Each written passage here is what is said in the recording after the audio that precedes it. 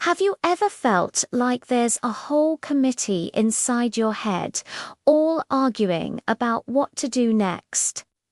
One wants to be happy, another is scared, and a third one just wants to yell.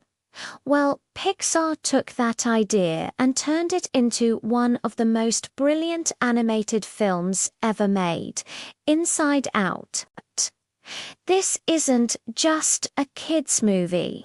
It's a profound look into the human mind, told through the story of an 11-year-old girl named Riley.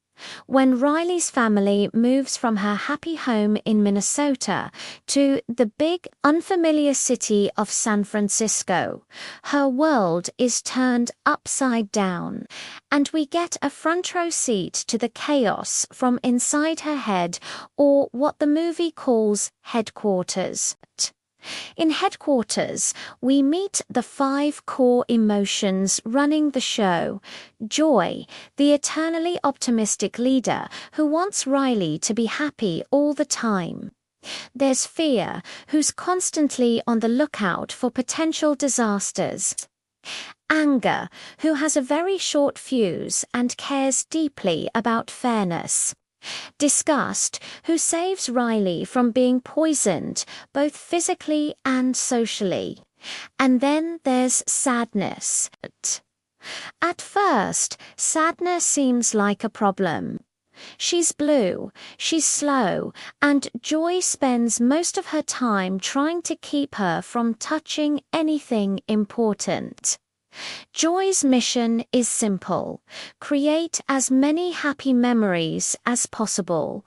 She believes that a happy life is a life without sadness. But the move to San Francisco puts a huge strain on Headquarters. Riley feels isolated, misses her friends, and can't seem to find her footing. This is where the real adventure begins. Through a mishap in Headquarters, Joy and Sadness get accidentally swept away into the vast landscape of Riley's long-term memory. Suddenly, the two emotions, who are total opposites, have to work together to get back to Headquarters before Riley's personality completely collapses. Without joy and sadness, only anger, fear, and disgust are left at the controls. And as you can imagine, things don't go so well. Riley becomes withdrawn, irritable, and disconnected from her parents. As joy and sadness journey through the whimsical and complex world of Riley's mind from imagination. Land to the abstract thought zone and the dream production studios, Joy starts to see sadness in a new light. She witnesses how sadness allows Riley's imaginary friend, Bing Bong, to process his own grief. She realizes that sadness isn't just about feeling down, and this brings us to the most powerful lesson of Inside Out. Every single one of your emotions has a purpose. It's a revolutionary idea, especially in a world that often tells us to just be happy. The film beautifully demonstrates that sadness is not something to be avoided or suppressed.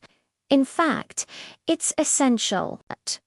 Sadness is what signals to others that we need help. It's what allows us to connect with people on a deeper, more empathetic level. When Riley finally allows herself to feel sad about the move, her parents don't scold her, they comfort her.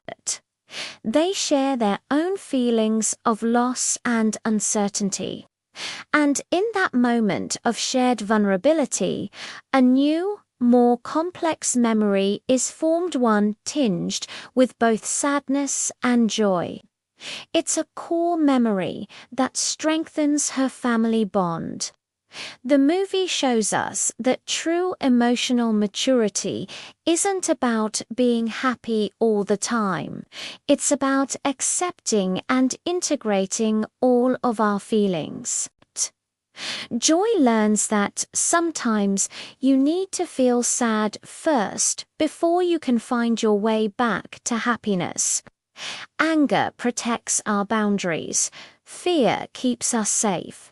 Disgust protects our standards.